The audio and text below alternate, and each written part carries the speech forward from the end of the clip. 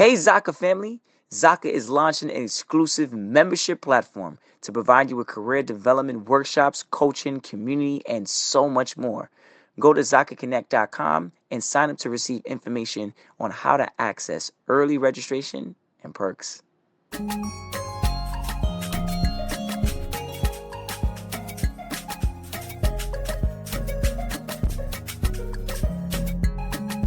Hello, everybody. This is Paul Herman, the Prince of Motivation and host of Zaka Presents My Journey.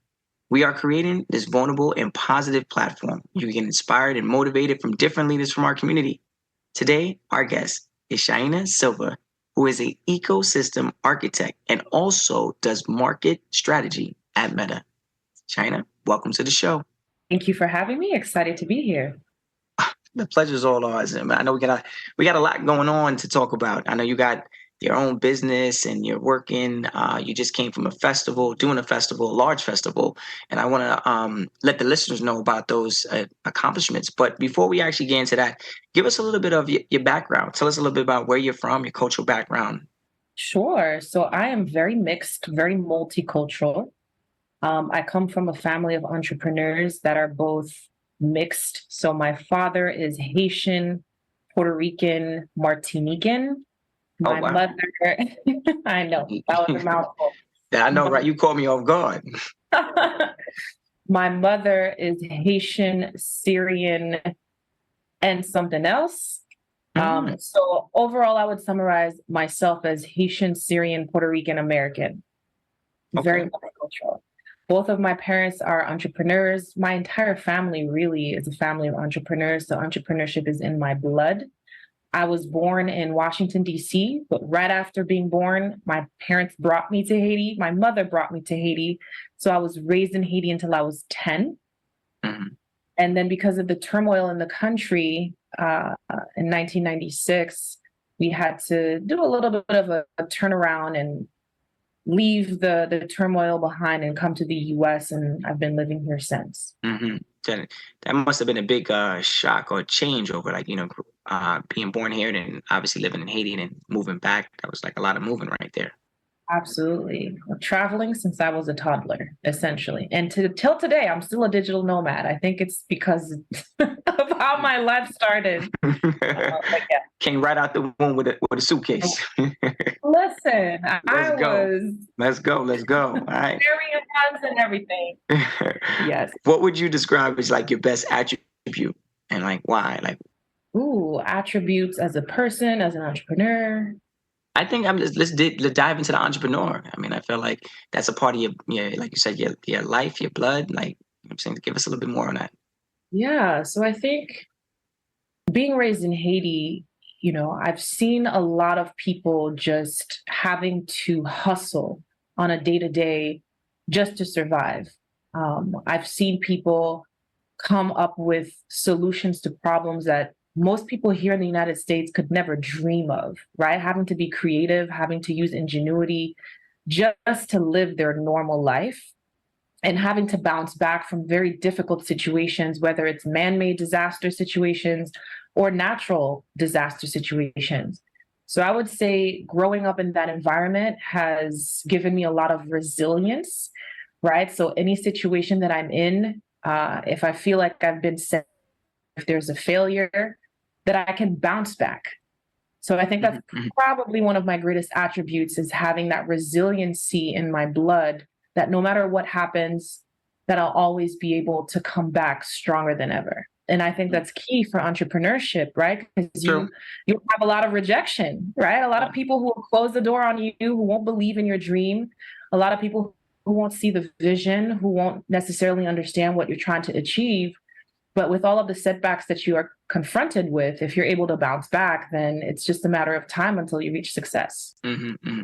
I like how you mentioned that. You're right about the whole thing about it is your dream, it's your passion. You're the only one that really could speak on it. A lot of people want to give you their opinions and stuff, but you got to believe in it a lot. And I feel like you're going to get, like you said, you're going to hear a lot of no's before you actually hear that yes, especially as an entrepreneur.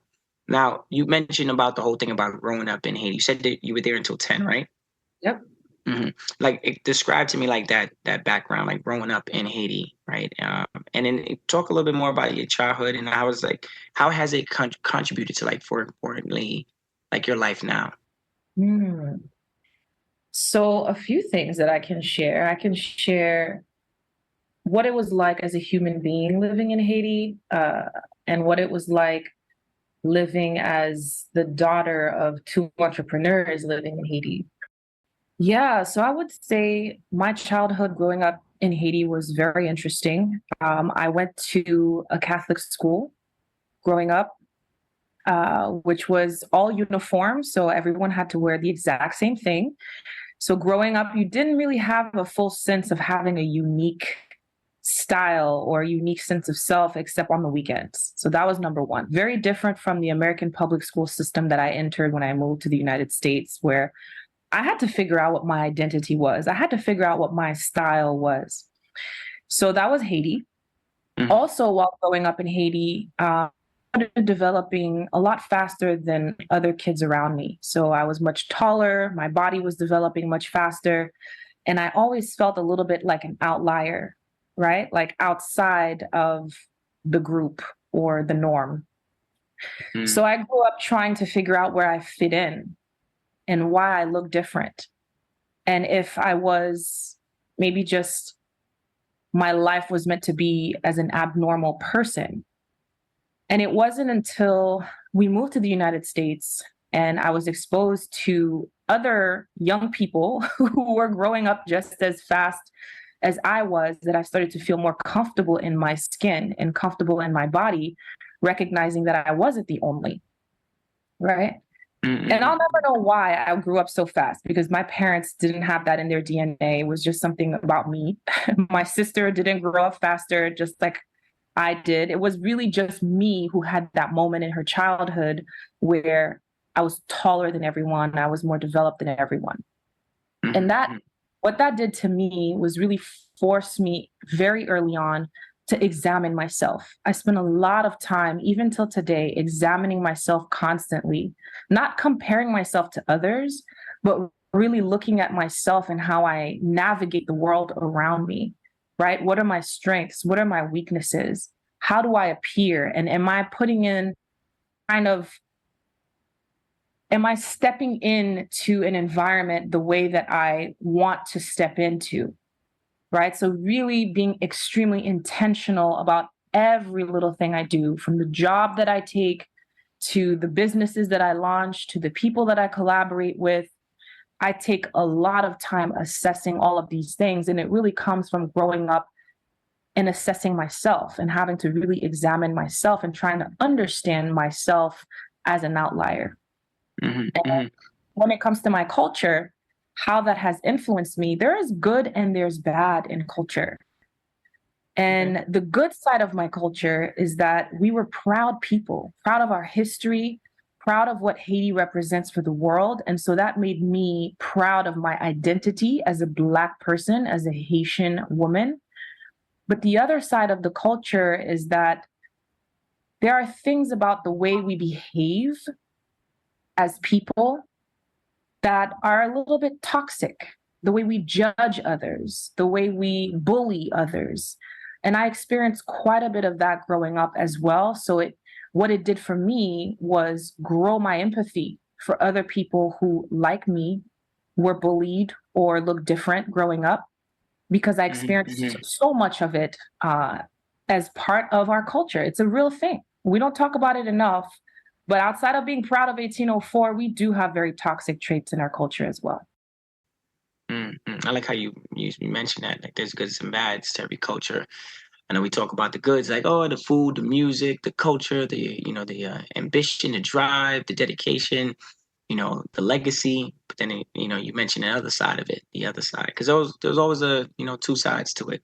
But when you think about it now, like, what really got you into this whole entrepreneur stuff? I know you said your mom and your father are entrepreneurs, but, like, when did you realize you were going to be an entrepreneur?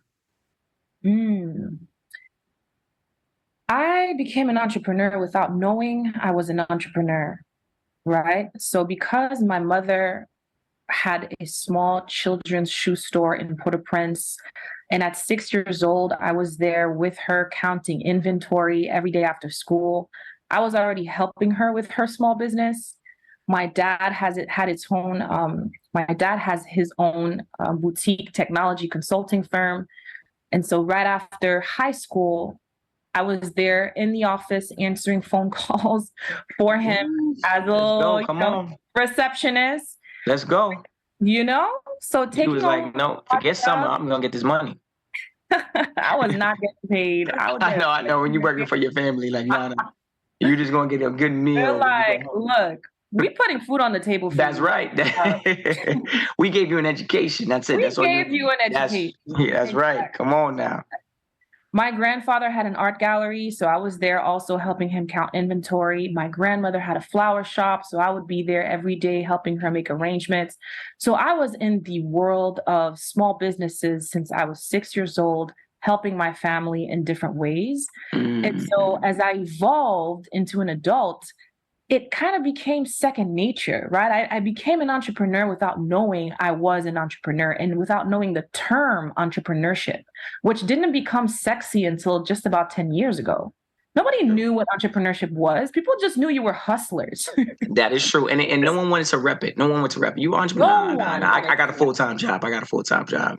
Exactly. Yeah. Now it's like everybody's like, wait, hold on. I'm an entrepreneur. So I love it. I mean, like you said, 10 years ago, it wasn't like that. But now everybody has the ability, and more importantly, it appreciates the word.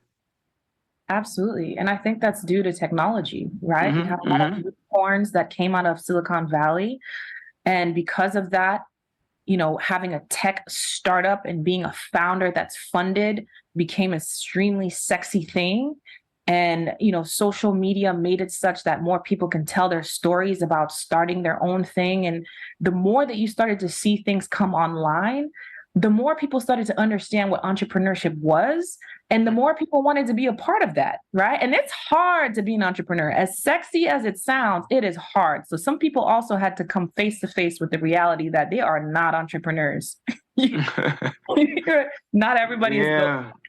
Yeah, you got to be built for it. Or you have to have a really good coach to get you through it, because this is not an easy life. It's an industry, it's a lifestyle that people are trying to shoot for, working for themselves, doing things. But you were around it at a young age, and being able to be around like your grandfather to your parents, being around it really is helpful. But I'm assuming, with all that going on, it kind of helped like geared you up for like your educational background. Like, could you give a little bit more of like a summary of like the educational journey? Did you take any entrepreneur classes when you were there? I'm assuming business classes when you were at school, but like, and also like talk about your first job. Yeah. So I did not want to go to business school. I ended up there, but I didn't want to go to business school. My family, even though they're extremely entrepreneurial and they've started businesses, they're also very philanthropic and very involved in the community. And I think what I love the most outside of solving problems and helping them organize their business was really the impact that they were making in the community and celebrating different talented people, everything from artists to musicians, from ambassadors. Like I would be there with my grandmother, who would always, every year, host an event to celebrate talented Haitians. And I would be the one right? And I would be the one on a computer creating the award on Word document, getting it printed. Not on Canva. Not on Canva. We didn't have Canva at the time. I know. You got barely had Paint. Microsoft. Oh my gosh. Paint. And that was me, on that computer, designing the little award, going to Kinko's, getting it printed and presenting it to an ambassador, right? And they gave you that job. And they gave me that job. Because I knew how to do it. They didn't know how to do it. Mm-hmm. So yeah, I loved that aspect of community impact. And so I wanted to go to school for international relations. I wanted to join the United Nations. I wanted to build relationships between countries and cultures. But my parents were like, listen, we have a business and we need continuity. So while it sounds nice for you to go to school for international relations, please consider going to school for business because the skills might be more transferable, etc. You know, the whole speech. Yeah. Convince you that's what you need to be You've doing. been down that road before, honey, but like, no. But mom, no. Follow the rules while you're still under this roof. Follow these rules right here. Right. Well, they didn't pressure me too much, but they did win me over when we went to visit one of the schools, Babson College, which is where I ended up. And I fell in love.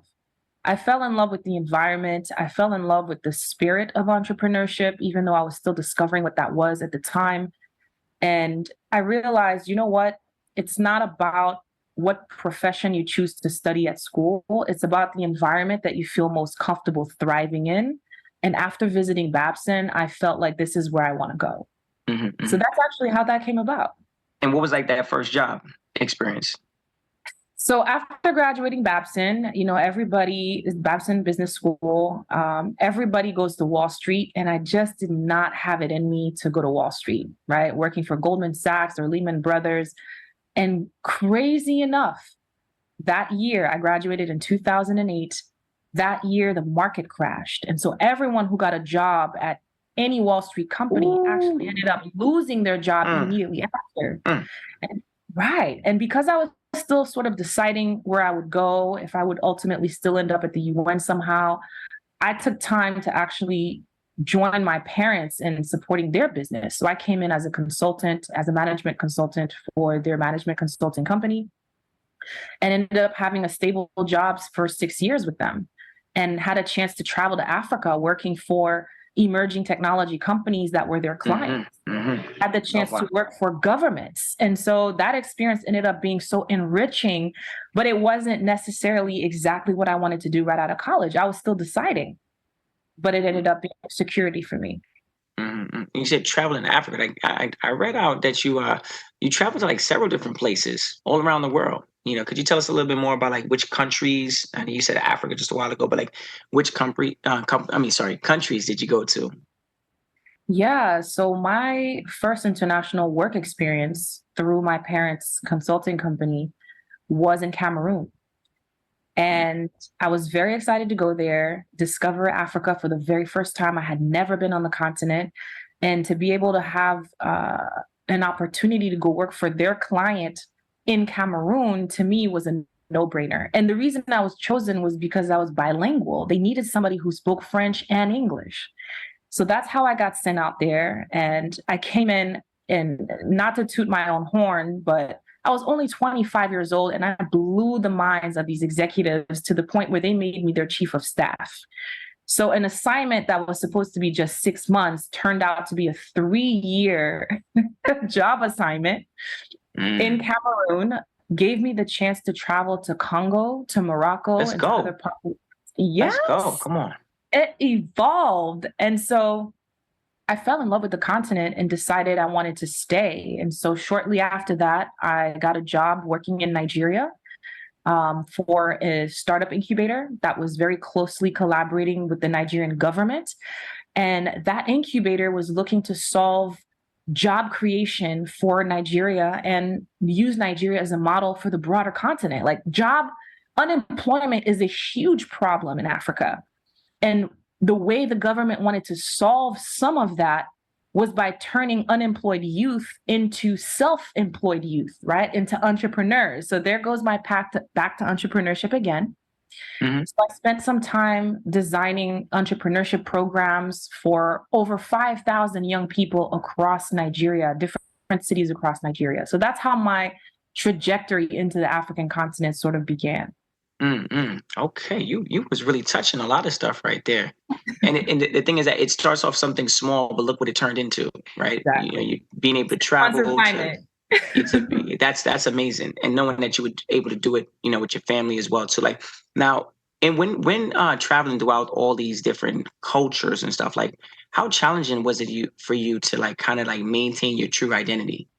So in Cameroon, it was quite easy, because it's a francophone/anglophone country, and I was living in Douala, which is francophone.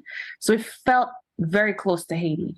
They knew everything about Haiti. Like, you go to any francophone country in Africa, they know everything about Haiti, and Haiti is looked at very highly. Every time we would go to the club, there would be me playing. They knew all the words of the songs better than I knew them. So there's a connection between Africa and Haiti that we have not exploited enough, but I felt at home. In Nigeria, which is an Anglophone country, it was a little bit different, right? They behave very differently, but they still understand the role of Haiti in the grand scheme of Black history, and they still looked at Haiti very highly in the grand scheme of things. But I did have to share a little bit more about my culture and where I come from because it wasn't as familiar to them. Okay. I like, and now with working in Africa, I know you came back to the States. Now you worked at several big companies in Silicon Valley, right? Like that experience right there, like what was that? Like how important was that role for you? So it's interesting because I started out small business, family-owned business, and got to really see the ins and outs of how to run a company, right? And felt very frustrated by how process-oriented my parents were in running their company. Like too many processes, just too much structure. And I know that we got to have a very strong motor and be efficient, but wow, like this was a hell of an engine that they were building for a very small company.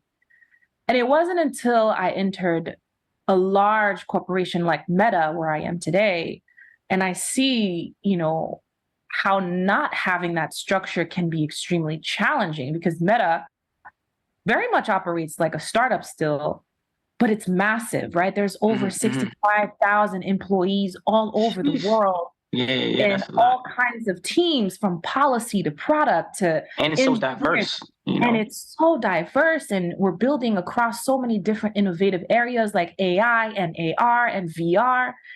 And so seeing the stark difference between a small company having a lot of structure and being able to be nimble and the contrast of a massive company that's a little bit less nimble, a little less structured, trying to navigate that, I was able to leverage all of my experience and bring some of that structure into my teams, right?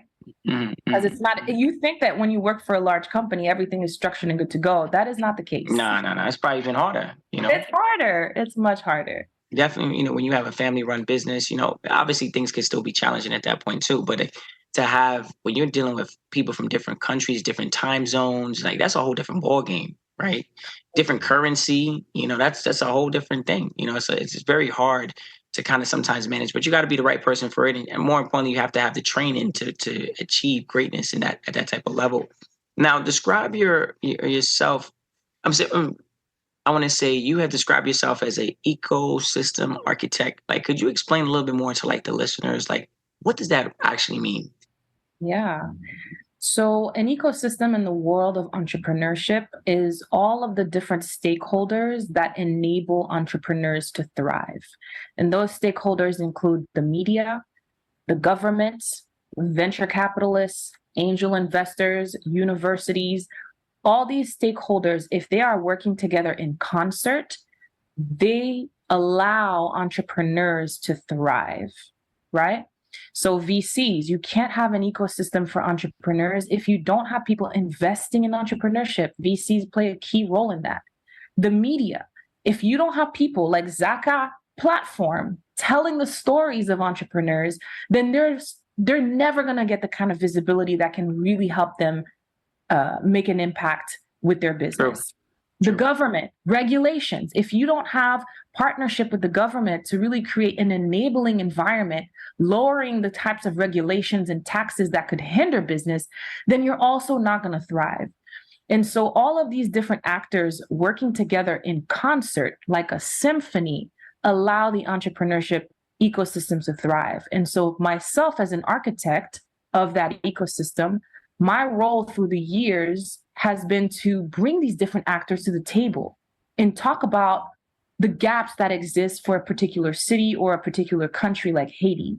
And how do we work together to close those gaps so that entrepreneurs can thrive inside of that ecosystem? One example of that is in Nigeria. I've had to work very closely with the Nigerian government to talk about some of the laws and regulations that hinder businesses. and how we need to be able to do better so that entrepreneurs can move faster, right? And not be hindered by some of the bylaws, the bureaucracy. Yeah. The I've petty had to stuff bring sometimes. exactly. The Nigerian venture capital arena looks very different than Silicon Valley. And so I've had to bring VCs into the fold to sort of inform them how the African landscape really works, right? It is not the same as Silicon Valley. And here's how, when you make an investment on an African startup, the kind of return on investment you can expect and how long it will take and how you can collaborate with government to ensure that you're protected, right? Your return on investment is protected. So working with these different stakeholders, either to educate them or to create partnerships with them or to have them directly invest into entrepreneurs is how you become an architect, where you start to build those things into the system that allows entrepreneurs to thrive. Mm. I like the fact that you're saying like doing this, the way you broke that down and kind of expressed like universities, government. These are things that sometimes people just they take for granted when building their business as an entrepreneur. Everyone's like, oh yeah, I got a business, I'm gonna just drive, I'm just gonna keep my head down and keep moving. But there's certain things you need to make sure you have a really good grasp on, in order, like you said, taxes and government, or policies that are coming out every single day. If you're not connected to those things, you can miss certain things. You can miss certain, obviously financial gains, or just a lot of, like you said, the media as well too. Like all of these things do matter, when it comes to that. Now, you've been in tech for a while, and you've seen a lot of those C-suite roles, right, in tech, right? Could you just describe a little bit more about the diversity ratio of Black women holding C-suite roles in tech? Ooh, that's a very small percentage. I think it's less than 3%. And don't quote me on that, but I think it's No. But it's, I mean, like you said, it's low. The first thing you said was low. Very low. It's very, very low. It's grown a lot in the past 5 years, but it's very, very low. What I've seen more and more is Black women trying to enter board seats. And a board seat is essentially you sit on the board of a company, right? So you get to make decisions at the board level that can really influence the output of the company as a whole versus being like a COO or a CMO. And that's equally as important because you need decision makers weighing in on how the company should be moving in society, right? And if you don't have a diverse board, then you will consistently have a very one-sided way that the company operates. So I have seen growth in that particular area. Mm-hmm. But when it comes to C-suite executives, I know that 2020, because of George Floyd and the Black Lives Matter movement, there has been an exponential growth in attracting more women at the C-suite level. But I'll be honest with you, most of what I've seen have been, marketing roles, your CMO or your VP of marketing or your VP of diversity. I'm not seeing enough CEOs, right? A lot of Indians are now heading some of the biggest tech companies in the world, right? But how many Black women or Black men are heading some of these big tech companies? Not very many. So there's still a lot of work to be done there. Mm-hmm. And what do you think is going to help with that? So a few things. One, we need to lift as we climb, right? So the people who already have a seat at the table, preach. We need to continue to bring more people into the pipeline, because if we do not bring our own, then other people are going to bring their own, right? This is how community is built. At the end of the day, we're human, we're tribal. So you have to look out for your own and bring them into the fold. So lift as you climb. Number 2, education. I do believe that we've had a little bit of a lag when it comes to education in the Black community and exposing more Black people to technology and business. We have a lot of people who are excellent in the arts, excellent in sports, and not enough who are really thriving when it comes to STEM careers. So we need to push a lot more programming to educate and close that digital divide. Number 3, I would say advocacy. We need more people speaking up and speaking out, right? The closed mouth does not get fed. And so when we had the Black Lives Matter movement in 2020 really take off, a lot more people became vocal around the fact that Black people are being marginalized across all industries, across all roles, across everything. And because of that advocacy and being vocal about that situation, more companies started investing in Black founders, in Black women entrepreneurs, and getting more Black women in C-suite roles. So the more advocacy we can do, the more storytelling we can do, the more we'll see normalization of Black people at the executive level. Very, very well said. Very, very well said. I'm glad you mentioned all three. Those three are valuable places to touch on. I feel like any company that's working on doing that, those three main areas that they could definitely focus on. Now, as a director of an industry that's accelerating, I want to say, let's backtrack a little bit more. I know you were as a director of the industry accelerators at Rocket Space. Could you tell us a little bit more about your time there, and what is one of the most proudest moments you had? Yeah, so Rocket Space was an innovation consulting company in San Francisco. And what we did was essentially we consulted large corporations like Nike, Nestle, Mitsubishi, big behemoths who recognized that they were being disrupted in their industry and needed to figure out a way to stay ahead, right? Like Blockbuster got disrupted by Netflix. Those companies recognized that a lot of things were shifting. Technology was disrupting the landscape, and they needed to understand, how do we stay ahead of the game? And so we, as the consultants, had to take them through an innovation journey, right? This is where you are today. This is where the industry is going. And this is what you can do to remain relevant. And these are the startups and the tech companies that you can partner with to remain ahead of the curve and not get disrupted like Blockbuster got disrupted by Netflix, right?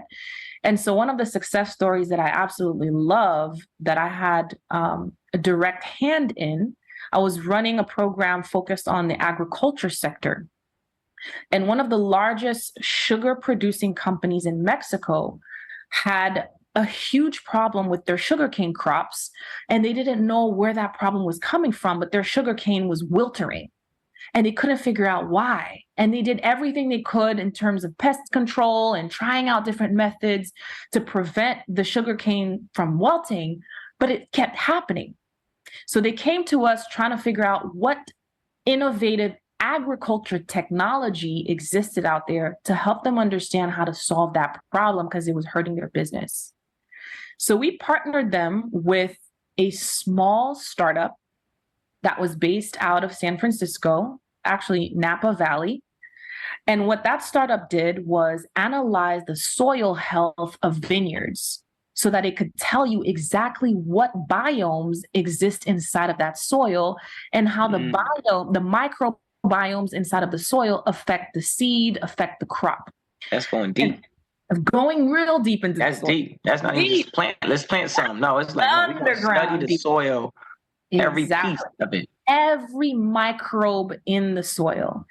And so when they partnered with that startup, they had them fly over to Mexico, analyze the soil from the sugarcane crop, and they found the exact microbe that was affecting the crop and how to extract it from the land so that it would no longer affect their sugarcane from the technology they had created. And so now you have a really large company that's been around for decades, the largest in Mexico, sugarcane producer, and a tiny little startup in Silicon Valley who had developed a technology to study soil health, partnering together to fix a problem that that giant company had. So what that did is it immediately scaled that startup instantly, because now they weren't just based in Silicon Valley, they had clients in Mexico. Yeah. And they weren't just a whole lot more. And they weren't just analyzing the soil health of vineyards, they were analyzing the soil health of sugarcane crops and even more. So you went from having a very small business that grew extremely fast just by one partnership in solving one big problem that a large company had. To me, that's a huge success story. And there's dollars attached to that, because they got paid for it. That is right. And then, once they start doing stuff in Mexico, they start doing wherever sugarcane grows. Let's go to the Caribbean, and it's like once you do it once, you know what I'm saying? You got the package.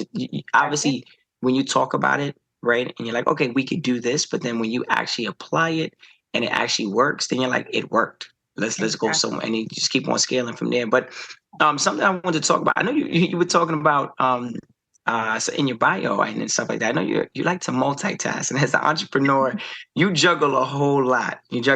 So I know you got this 9 to 5, and I know you got your own business, right? Your own company. And I want to kind of talk a little bit more, speak a little bit more about your company, SheBuilds Global Initiative, but also talk about your current 9 to 5 and what you're doing at Meta. Yes. So I'll talk very little about what I do at Meta, because I would have to get that, Yeah, 100%. Got you. So I started out at Meta in 2019, working on Oculus for Business. Oculus is essentially our virtual reality headset. And we were developing a solution so that businesses could use virtual reality, right? How can we get more businesses using VR? And I was on that team developing the product, doing the testing, figuring out the launch, doing all the beta. And it was an incredible experience because that was my first time touching such cutting edge tech that could have a significant impact on the world, and recognizing that beyond business, that this is going to impact education, this is going to impact healthcare, this is going to impact so much. And I had a direct hand in helping to build that particular product. In 2021, the president of Haiti was assassinated. And very quickly, that manifested on our platform where people were sharing a lot of pictures and just a lot of stuff going on that created a bit of an alarm at the company. And they were looking for someone who was an expert in Haiti and the Caribbean. And at Meta, I do a lot for Haiti. I am the founder of the Haitians at Meta, like Caribbeans, very involved. So outside of my day job in the company, I'm also very involved in the community at the company and really making sure that Haiti remains on the lips of some of the most influential people that we collaborate with. Come on. So you better tap in. You better tap in. You better tap in. Haiti, we need an award right now, Haiti. fly her down right now. I fly that flag everywhere I go. Yeah, so, let's go. And that's unseen, right? Like, this is not stuff that the rest of the world gets to see because it's internal, but I do it. And so a lot of the people who are part of the Haitians at Meta and came across that role reached out to me and said, yo, they're recruiting for this and we can't think of anybody else who would be better to take this on but you. And that's how I discovered that role was open, and I took it on. Essentially what they needed was somebody who was an expert in Haiti and the Caribbean region to think about how do we solve for major challenges like a presidential assassination that manifests on the platform in a way that could eventually cause harm, right? And so today, a lot of the work that I do is looking at different ways that people use our platforms in a negative way and come up with strategies for how to keep that from happening, how to keep it from scaling and going viral, working with policy teams to make sure that we enforce things that need to be enforced, working with product teams to make sure that language is adequately serviced. Like, we didn't have Haitian Creole until recently. Now we officially have Haitian Creole as a language on our platform. And so, yeah, so I'm part of the team. That's amazing. Yes. That's a massive accomplishment. It's huge. And so as we evolve, it's really looking at how to strengthen our strategy for the Caribbean region and making sure that every user on the platform is able to use it in a safe way and coming up with a plan to be able to do that. And this goes back to what you were talking about, culture. There's a good and a bad. There's a good thing, when it comes to social media and platforms like that, that people utilize every single day. But then there's also the negative side of it too. And I'm glad that your team is a part of, or your team was a part of making sure that always remained a safe space. Yeah. And really isn't it, when people feel it's safe, more people join on to it. And it's like another way of just communicating and connecting. And just talk about your company. Yes. Like what was the inspiration behind, finding your company, right? And like, what is the mission? Yeah. So SheBuilds was a complete accident. Complete accident. I was in between working my 9 to 5. And so Jeez, I don't even know how you had time. Yes. You were like, let me work 9 to 5. I'm working for somebody else. And on top of this, a mistake right here. I'm just going to build a whole company right here. Well, if you remember, Paul, I grew up helping different family members with different businesses. So it comes as second nature to me. I'm hearing you. You hear me? So in the afternoons, I'm helping my mom at her children's shoe store.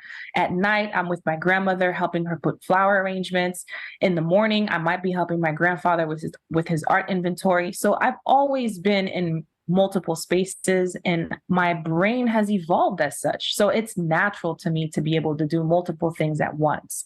I'm not encouraging anybody to do it because it does take skill and prioritization, but it does come as second nature to me. So 2018, I was in a place where I was looking for something bigger than myself to be involved in, whether I would be supporting something, at the local level in Haiti, or supporting an entrepreneur who was doing something that I felt would really have an impact in the world. I was coming from having had a really good run in Haiti, hosting tech events and things not really panning out and not really feeling fulfilled, and looking for that something that would really be, that would make me feel like I was part of something bigger than myself. So I'm searching, I'm tampering around. And then one day, one of the most influential people in the world makes a comment around shithole countries. And it shook me to my core because Haiti was on that list. When they said Haiti and several other countries were shithole countries, it shook me to my core. Yeah. So I put out a call to action. You remember that, right? Yeah, that's that. When you go publicly and say something like that, that's just. And you're a world leader. He shall remain unnamed, but you're a world leader. You cannot let yourself slip like that. But anyways, that happened. It shook me to my core. And I decided I wanted to put out a call to action. Like, how are we as Haitians going to respond to this, right? We can't just let somebody speak about us like this. So in putting out the call to action, I thought, you know what? Maybe something constructive that I can do is showcase all of the incredible, talented Haitians who are building something positive towards the future of Haiti. And as a woman in tech, I can leverage technology to showcase what it is that they're building, right?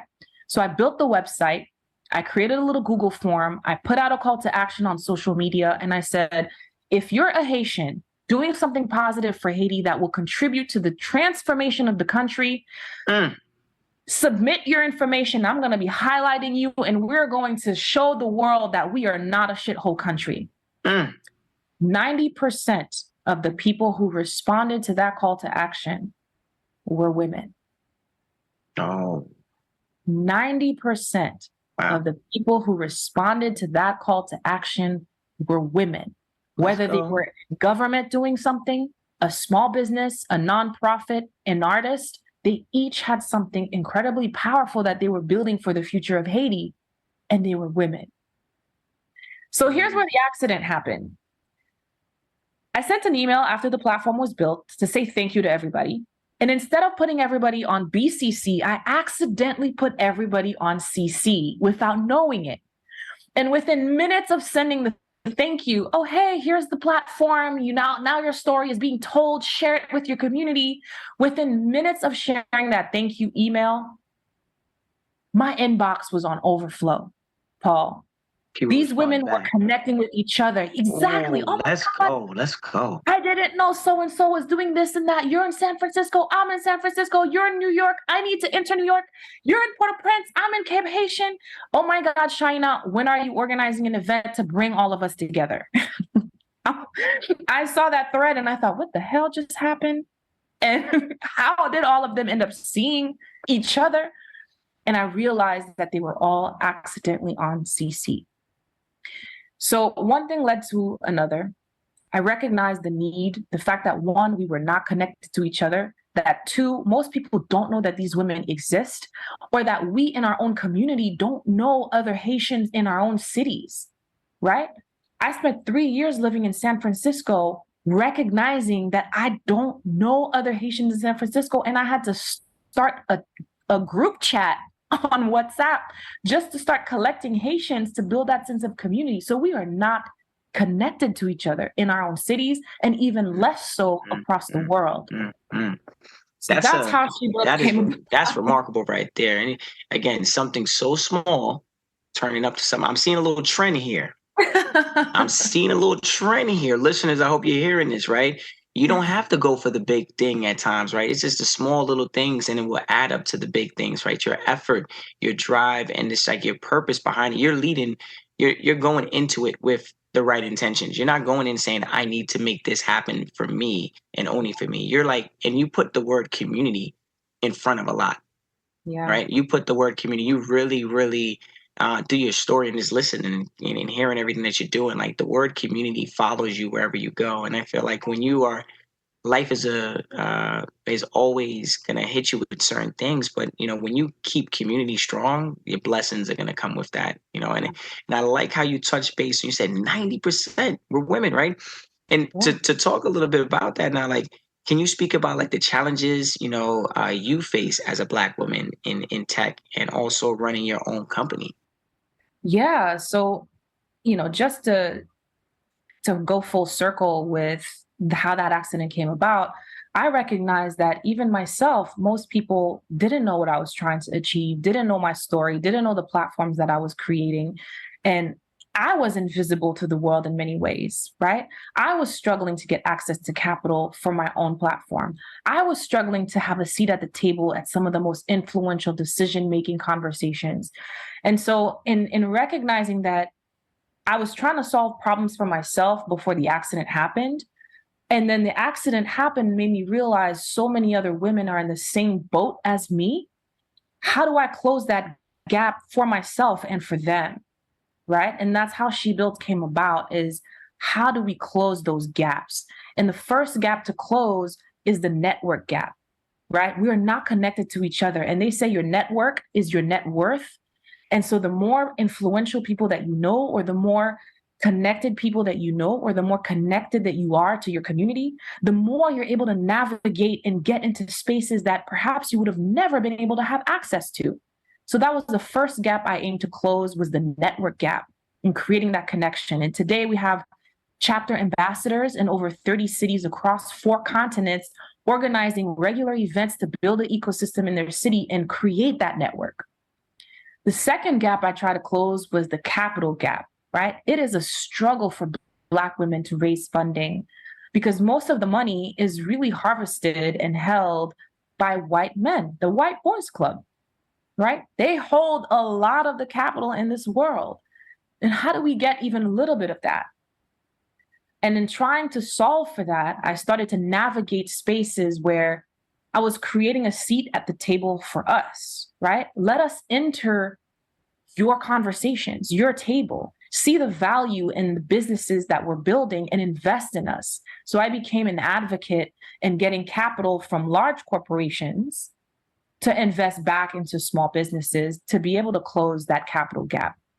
And there's a lot of money out there, Paul. A lot of Visa, MasterCard, Google. I'm throwing money.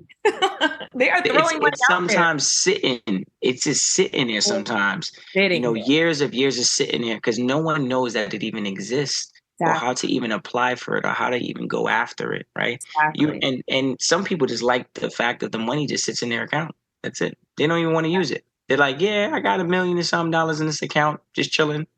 When they could actually be using it for something even better, something larger than themselves. But, when you talk about people at that level, sometimes, ego is a big thing. And, sometimes, which was one of the questions earlier, people lose themselves, on that journey, and I feel like you have always stayed grounded. And I think that came from your culture and your upbringing and stuff, Absolutely. Why is it important for you to help out fellow women entrepreneurs and innovators? Like, why is it important? I know that the company was a mistake, when you just... It wasn't a mistake. It was an accident. Well, yeah, not a mistake. It was an accident when you send it out, right? But I'm saying, like, in regards, like, why is it such a big thing for you, to work, to focus on that? Well, I think it was natural for me that if I'm doing something to try to help myself, because remember, I was in a space at the time looking to be part of something bigger than myself. And so in trying to help myself, this accident really led me to figure out what that bigger purpose was. And it was to help other women who are struggling with the same challenge, right? Being part of something bigger, being connected to something that would allow you to realize your full potential, to be able to tell your story and impact and inspire the world. So in trying to solve for myself, why not also make it available to others who look like you, who are struggling in the exact same way, right?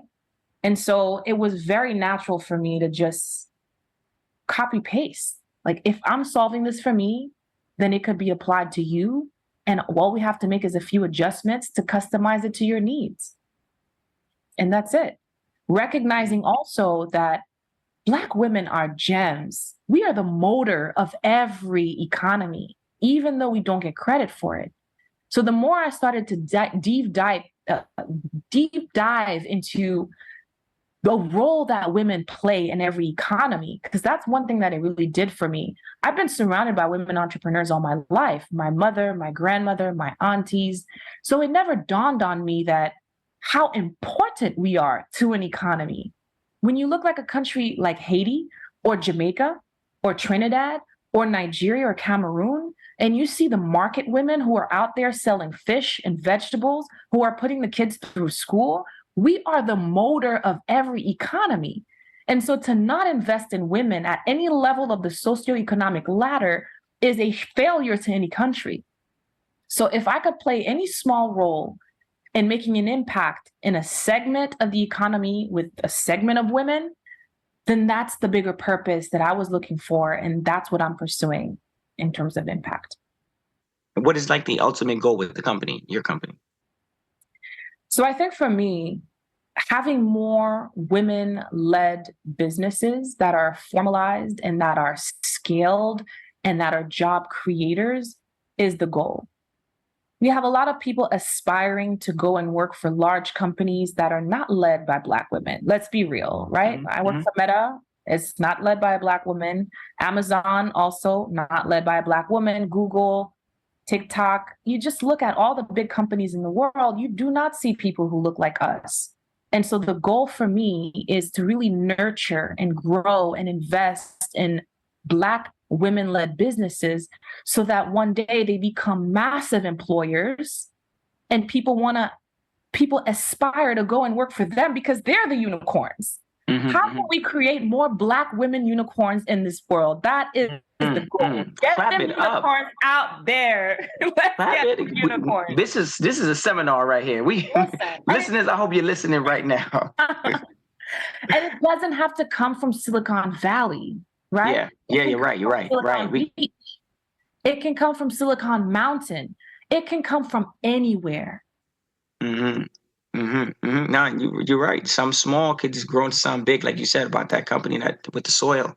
That was a big story right there. I mean, just figuring out the soil and out of nowhere, their capital. They scale their company. Things happen, and it can happen overnight if you have the right energy and the right mindset behind it all. True. That is true, because support is very big on that way up. I think I have one last question for you, and I want to kind of know a little bit more. As a leader, working in tech and also having like your own company, like what are like 3 key things, advice that you would want to share with like immigrants who have like difficulties, advocating for themselves in a workspace? So the first I would say is educate your peers, because they don't know about your culture and where you come from. And I know, most of my team does not look like me and doesn't know anything about where I come from. And when I'm trying to solve problems, most of the time they don't understand those problems, right? When I talk about the gangs in Haiti and how they're using our platforms, that's foreign to them. So you have to be able to educate your peers and not assume that they're trying to do you wrong because of their ignorance or because of their lack of knowledge. So I'm always out there trying to put information in front of people so that they understand where I come from, right? And it helps to build empathy and it helps to build awareness. So educate your peers, your collaborators, your colleagues. Number 2, I would say, tell your personal story. People empathize with a human being, right? Like what you guys are doing with Zaka. is humanizing the experience that immigrants are having and letting people see the heart and soul of these people. And that is what moves people. It's an emotional connection. If people have no idea who you are, what you're about, what you represent, what your mission in life is, they can't connect with you, right? So be able to tell your story in whatever ways that you can, whether it is through taking your friends out, or not your friends, taking your colleagues out and having that bonding moment where you can share a little bit about yourself, or hosting a presentation where you're presenting yourself. I've done that many times. In every single role I've had at Meta, I always have a little about me deck so that you can learn about who I am and get to know a little bit about my humanity. So tell your story. The third one is find your tribe. It's extremely important that when you are in a large or small company, that you align yourself with people who have similar mindsets, similar goals and visions as yourself. They may not look like you, but if you have the same end goal, which is to succeed in your career, align yourself with those people who have that same goal and who want to see you succeed as well. Because that is what's going to help you when you're having a tough time, when you're trying to navigate the ups and downs of your workplace, when you're trying to figure things out and you just need a listening ear, or maybe you need someone to open the door for you. So being able to find your tribe in the workplace is extremely important in creating that support system around you. Very, very well said. I like that all three of those were very sharp things. I think one of the big ones I'm going to take away is educate your peers. Yeah. Educate your peers. I feel like that's a big one. You can't expect everyone to think like you, move like you, especially when you're an entrepreneur. Right. Or understand you. Yeah, understand you. Because sometimes you're the one with the vision. You're the one with the brains behind it all. You can't assume that everyone's going to be, oh yeah, I'll join the bandwagon. Or even invest, or even give you the time of day. Right. So you just have to educate your peers, and obviously anyone that you come in front of. So again, Shaina, I thank you so much for sharing a lot of information and gems, and talking a lot about your culture, your background, and also how you just juggle all of this and still be successful, right? And still, I can only imagine what the day looks like for you. So I won't take up too much more of your time. I just want to say again, thank you so much for being a part of the show, and just really just helping us out on this platform, and really just inspiring our community. Yeah, and thank you so much for having me and for creating this space. It's so important and so needed. So I appreciate all the effort you guys are putting in making this happen. Mm-hmm. And to our listeners, if you want to hear more inspirational stories like Shaina, please check us out on ZakaConnect.com. Follow our social at Zaka Connect, and follow our feed, Zaka, wherever you listen to your podcasts.